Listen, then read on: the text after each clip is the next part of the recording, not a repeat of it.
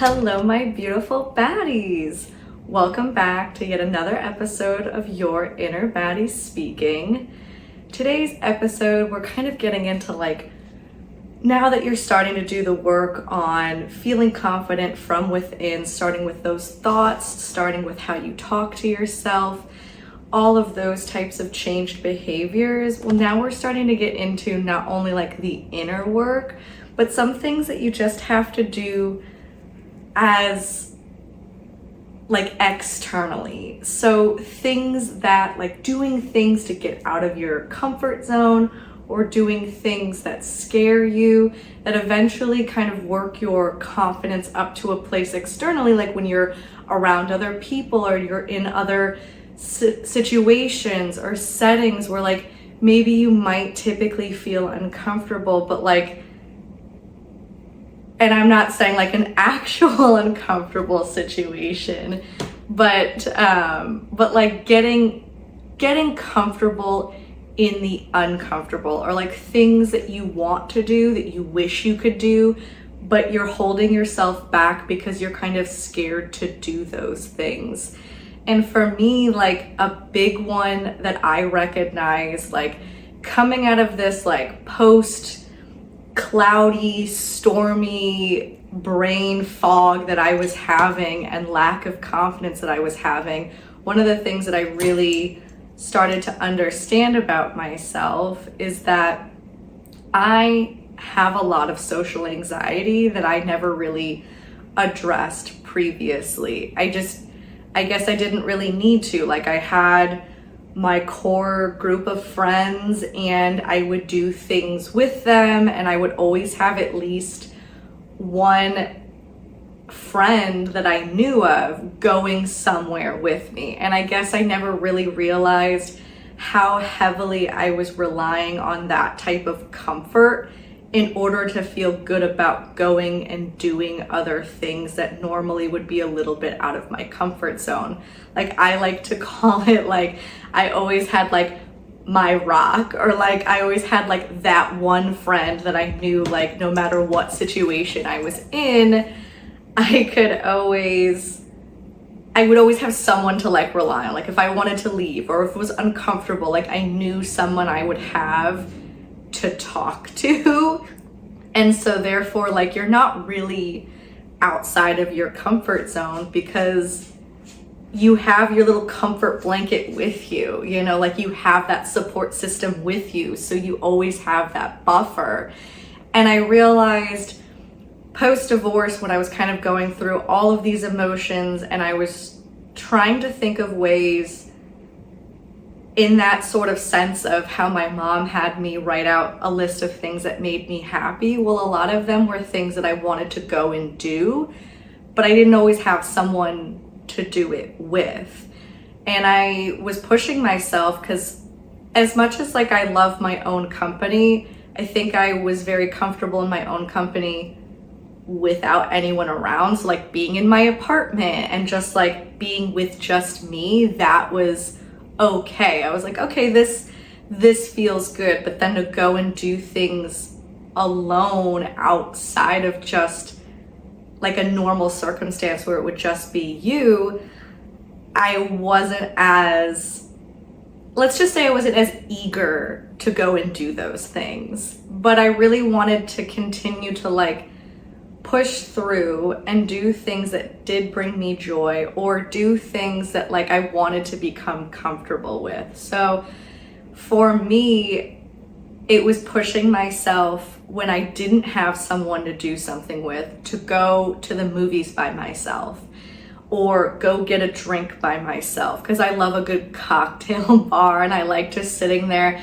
and sometimes I'll chat with the bartender or whatnot, or I'll bring my Kindle, or I'll have something, but to go and do that myself. And that was very important for my journey because I didn't want the fact that I no longer had a significant other, or I no longer had a friend to go with all the time, that would stop me. And it's not as if I didn't have friends at the time. A lot of them had either moved away or just weren't as close as I wish they could have been, you know, like sometimes I still wish it was like college and we all like lived in the same dorm or at least the same campus, and like everyone was close and we all went and did kind of the same things. But like life just isn't like that. People move, people get in relationships, people are off doing their own things, so they're not always going to be available, and nor should they be. Like,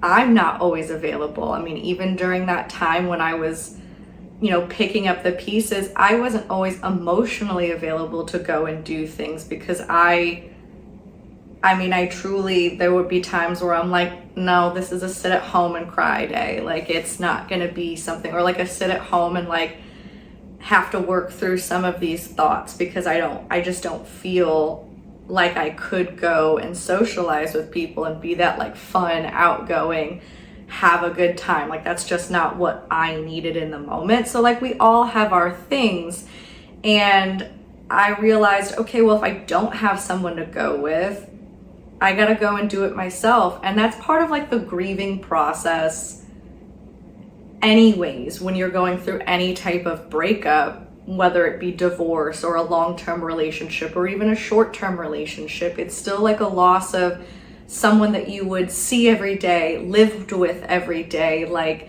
would talk to every day. I mean, you just had this like built-in buddy, and then they're gone. And a lot of the things that you love to do, or the things that you want to do, you did with that person. And it can be very hard to like push yourself to go and do those things on your own. And I've even talked to friends about this. Like, I had one friend, like post breakup, she was like, there was this one, seriously, like that was their thing, and they always did that one thing together.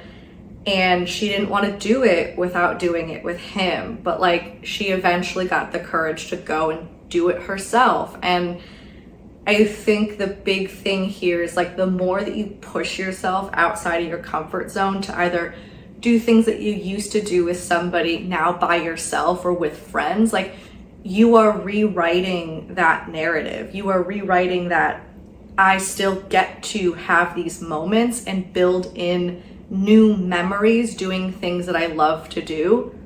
And eventually those memories start to, I kind of consider it like overriding. Obviously, like you still always have your memories from the relationship, from your past, from all of that. And they don't go away, but like you're sort of overriding it in a sense where it's like, I now have these new memories of laughter and love and joy, or just like simply peace. Sometimes you miss doing something with somebody because that's what you guys did together. Like, you sit there and you have this moment of peace where you don't have anyone to argue with, or you're not sitting there silently mad at each other, or you're just not anxious about anyone else's, hi Burry, anyone else's like agenda or opinion or anything except for your own, you know? Like, it's all about you, and you just get to have the time that you want to have. And sometimes that's so peaceful to sit in that. And not only that, I feel like you get to override and rewrite these memories, and you get to create new ones, which is always, I mean, I think that's always fantastic, creating new memories. But also, sorry for those that are watching, Burry's tail is just like whacking me in the face. But not only that, but you start to become more and more comfortable doing things that you thought would make you uncomfortable. Like, I didn't like going to eat by myself, and now that's something that I really enjoy doing. Or, like I was talking about earlier, I have a lot of social anxiety, and I didn't realize how much I was kind of relying on having another friend around who I knew like was kind of my safety net, how much I needed that. And I took that, I don't know if I took that for granted, but like it was something that, whether subconsciously or consciously, I was making sure I had somebody with me while I was going to things. I just didn't think about it as much. So now when I was like, okay, I don't always have someone to go with, or I don't always have somebody that I know super well to go with, like, what do I do? Do I still go? Because my social anxiety is like, well, what are you going to talk about? You're going to be awkward in the corner, or like you're you're not going to enjoy yourself because you have nobody that you know what you can talk to about, or you know that you can do certain things with, or you just, you know, that you vibe with. And so when you do things without that, it's daunting. Like, I'm not gonna lie, like, I think that was a big summer after the divorce where I was making a lot of new friends, and I decided, kind of like, I believe it's Shonda Rhimes, her like Year of Yes. I had read that as well, and I was like, okay, so how do I get out of my comfort zone, say yes to more things, and become comfortable with that? It's almost like as if I was trying to do, and I don't think I had ever really heard of this concept at the time, was rejection therapy. Like, say yes to things, do things that kind of scare you or make you feel uncomfortable that you wouldn't necessarily do today. And the more and more that you do it, the less awkward it's gonna feel, the less anxiety that you're gonna get surrounding it, the less overall that you're gonna be like, ooh, that's weird, maybe I should say no to it. Instead, like, when that opportunity comes up again, you'll just be like, oh, this is just what I do. I just enjoy my time with other people, and if I'm not having a good time, or I don't like doing what I'm doing, I can just go home. Like, I don't know why I didn't ever think, like, way back in the day, that that was an option. No, I had to have a friend who went with me. We went together, like, we showed up together, we left together. There was no like doing it on my own, which I guess is a little bit of like social anxiety, like codependence, trying to like latch on to make sure that it's acceptable for me to leave. It's acceptable for me to do things because I have somebody else doing it with me.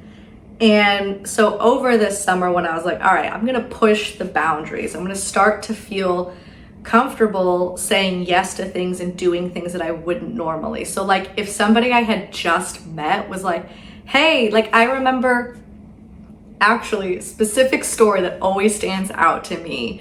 I had just met, like, was one of my neighbors. I think I had met them up at the rooftop during a pool party where like a bunch of us were all getting together, and met them. They were super cool. And one day I was coming back from, I think, actually hanging out with a friend, and I was just like, I was just gonna go straight to my apartment, go home. Like, it wasn't like a super late night. I still had some social energy in me, but I was like, you know what, I have nothing to do, so I'll just call it a night. And she was walking her dog, and we were both going into the building at the same time, and she was like, hey, I'm having people in my apartment, like, wanna come by? And normally I would have been like, no, because what goes through my head, which is like ridiculous, but what goes through my head is like, I start thinking, okay, well, I didn't have to think about what I was gonna wear or anything like that because I was already dressed, thank God. But I start thinking, okay, well, she's gonna go to her apartment and I'm gonna go to mine because I have to drop something off. Then we're not gonna like go at the same time. Like, what if I just show up by myself to her apartment? And in my head, I'm like, that's weird. And in anyone else's head, it's like, of course that's not weird. They invited you over, like, they expect you to show up. So I was like, okay, well, I'm gonna show up alone. What if like too much time has passed? What if they don't hear me at the door? Or like, what if, I don't know, I show up and I know absolutely no one and it's like a shitty time, or what have you. And that's also part of like, when I talk about back a few episodes of like filling your head with positive thoughts, I also realized that those were kind of like self-fulfilling prophecies, where like, if I thought I was gonna have a shitty time and I'm like, oh my God, I'm gonna be alone and no one's gonna wanna talk to me, I would end up kind of closing myself off already. So when I show up, obviously I'm not gonna have the best time because I'm over here basically almost making sure that I'm not gonna have a good time because I'm so in my head. And I know it's very hard with anxiety to like push past those thoughts and really like challenge yourself to be like, no, no, no, no, no. I can have a good time despite being a little nervous, despite being a little anxious. So all these thoughts are running through my head and I'm like, you know what? Fuck it. We said we were going to start doing these things. We said we were going to start saying yes to people. We don't really know her super well. We probably know no one who's there, but like, whatever. You're also living in the same building. So like, just walk on home if you're uncomfortable. Like, it's not that hard. And so I'm like talking myself into it. So I end up going and I have a really fun time. And like, yes, I didn't stay as late as maybe some other people did, but like, I went, I enjoyed myself. I talked to people who I didn't know. They talked to me. It was fine. And then I went home and like every time I would do something like that and I would say yes to something that scared me or something that like was outside of my comfort zone, even if it is just hanging out with people. Like I know that probably shouldn't be, that's like something that's like outside of my comfort zone, but like it has been in the past. But every time I say yes and I do it and I show up, even if I don't have the best time and I end up going home and I'm like, well, you know what? I had a decent time, or like, hey, I challenged myself to do that. I feel proud of myself. I'm like, you know what? You did that. Despite being anxious and despite being like all up in your head about something, you said yes and you followed through. And for that, I'm fucking proud of me for doing that. And I should be proud of me for doing that.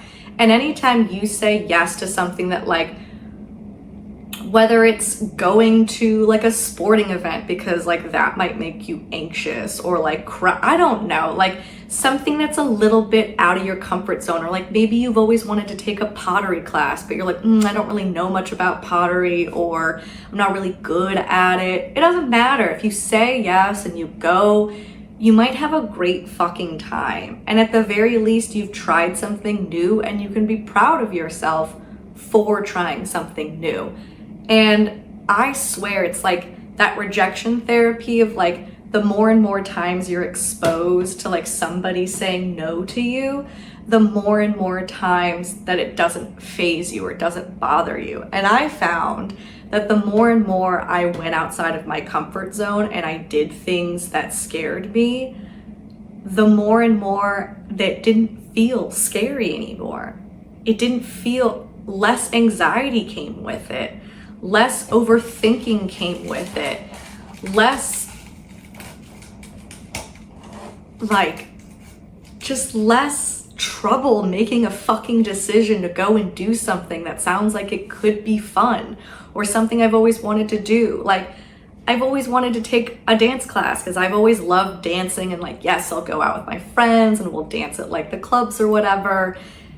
But like, I've never taken a dance class, and I don't know why I just put that in air quotes, but like, whatever. I've never taken like an official dance class, and I've always loved the idea. Like, I grew up watching So You Think You Could Dance with my mom, and I've always loved the idea of like actually formally learning some routines. And I remember just randomly, I think it was like a Tuesday, I went to DC and I did it. And like, yeah, I definitely was like very, very anxious when they're like, okay, now it's time for like the groups to come up and perform. And I was like, wait a second, you guys actually do that? Like 5 of us, like now people are gonna watch me and I've never done this before, but like, fuck it. Nobody there was like, oh, you suck. Or like nobody there was like judging me or anything like that. And even if they had, so what? I'm a beginner. I'm just trying something. I'm just doing something for fun.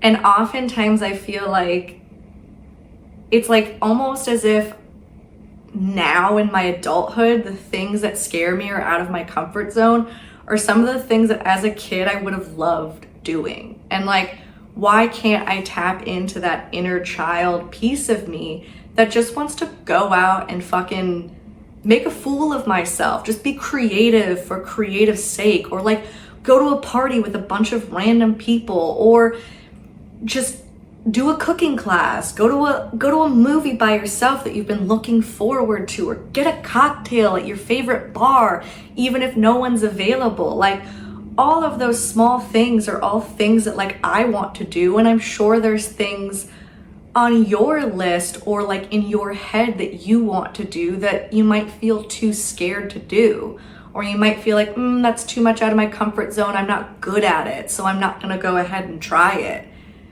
But like, why not? And that's something I ask myself now, because so much in the past I've been like, well, if I'm not good at it, I don't excel at it, or it's not in my wheelhouse, it's not in my comfort zone, I don't have anyone to do it with, I'm not gonna do it. And I don't think I realized until now that I've pushed past some of those barriers that I was placing in front of myself, that I was limiting myself from having fun. And isn't that the weirdest concept? Like, I would block myself from having fun? Like, why would I want to do that? Why would I stop myself from going to like a cooking class, or going to another country and learning another language, or going to a country where I don't speak the language and just fucking figuring it out and getting through it and meeting new people and having new experiences? Why wouldn't I? And I only am able to ask myself that now because now I know what it feels like to do those things. And it feels fun and it feels exciting. And it's now I don't even look at it in the same lens of the anxiety and the nervousness, which, don't get me wrong, like every now and again, like if it's a very big thing, sure, I'll still feel nervous and I'll still feel a little bit anxious. But now it's almost as if I look at those things with excitement. Like, I am excited now to think about doing that activity, or going and getting dressed up and going to a cocktail bar by myself. Like, ooh, who am I gonna meet? Who am I gonna talk with? What cocktail am I gonna have? Am I gonna find like the best menu or the best spot that I've ever been to, and I'm gonna wanna go back and tell my friends all about it? Like, I don't know. And I talk so much now about like the beauty of the unknown and how now it's exciting, and it truly is.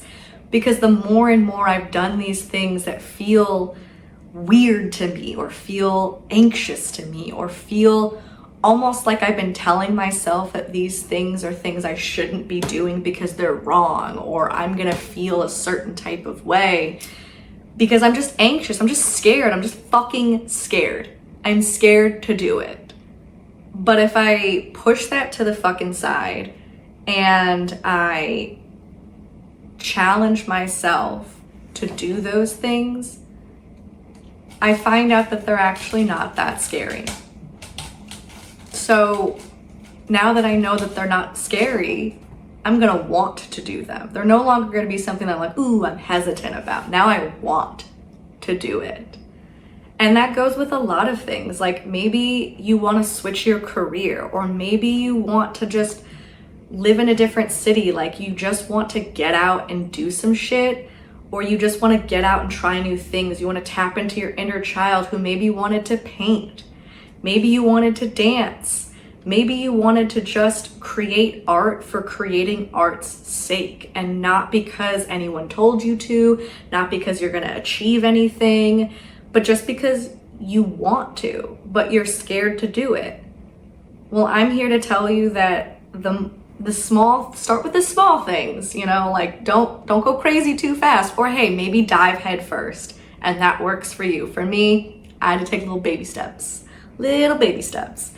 And so, like, as you take those small steps and you do, you know, a little thing, and then you feel proud of yourself for doing it, and then you do another little thing, you feel proud of yourself for doing it, and then you work your way up to like, okay, I want to do something that I've always wanted to do. It's been on like my list, it's kind of in the back of my head, I've always been really scared of it, it's more of a big thing. Now you're ready to do that, and maybe by that point you won't be as scared, because you'll be like, you know what, I keep having fun, I keep doing things I want to do, they're not as scary, so now this doesn't scare me anymore. Now I want to do it. And I hope that, like, with time, when you start telling yourself that there aren't barriers to what you should want to do or what you shouldn't want to do, just do it. If it makes you happy, it brings you joy, and you meet some people along the way, or you deepen a friendship because it's not someone that you've known before, or you just build confidence within yourself that like, hey, I can do these things alone. And I thought I needed that support friend, or I thought I needed someone to go and do this with me. And now you don't. Now you can feel so proud of yourself, and maybe your list of things that you want to do will grow because now you see it as exciting. And now you're like, okay, well, these experiences have been really fun. So let me try out these other ones, because there's no limit to the amount of things that I can do or the amount of fun that I can have. And if I can't have it with other people because people aren't available, go and do that shit by yourself. Because I guarantee you'll find that you're really good company, and you'll find that you can hold your own. And you might end up liking it a little too much. Like, I don't know. But either way, like, you will come away feeling accomplished, feeling proud of yourself, feeling like you did that shit. And you did. So I challenge you to try and do something that you've either been wanting to do for a while, or something that scared you, or doing it without like your support of having like a friend do it with you. Go and do it. Because I'm telling you, I have found friends out of doing something like that, and I continuously push myself, even though I think I have a great community around me right now. And I truly do. I still want to meet new people. I still want to find people who excite me and bring more joy to my life. So even I think it was last month now, I decided that I was going to solo dolo go to this dinner table thing, which was, these people put it on, and you buy tickets to go to this dinner and kind of cocktails with people that you've never met before. And I pushed myself to do it by myself. And I ended up meeting friends out of it. So like, what's the worst that can happen? Because my anxiety will tell me like 20 different scenarios, and they're all wrong. I end up having a great time. And even if I'm not having a great time, I just go home and I got a story to tell. It's like how I pictured dating. It's either a fun time, a fun story, or both. So why not try it out? And with that, say it with me. I'm a fucking baddie. All right. Love y'all till next time.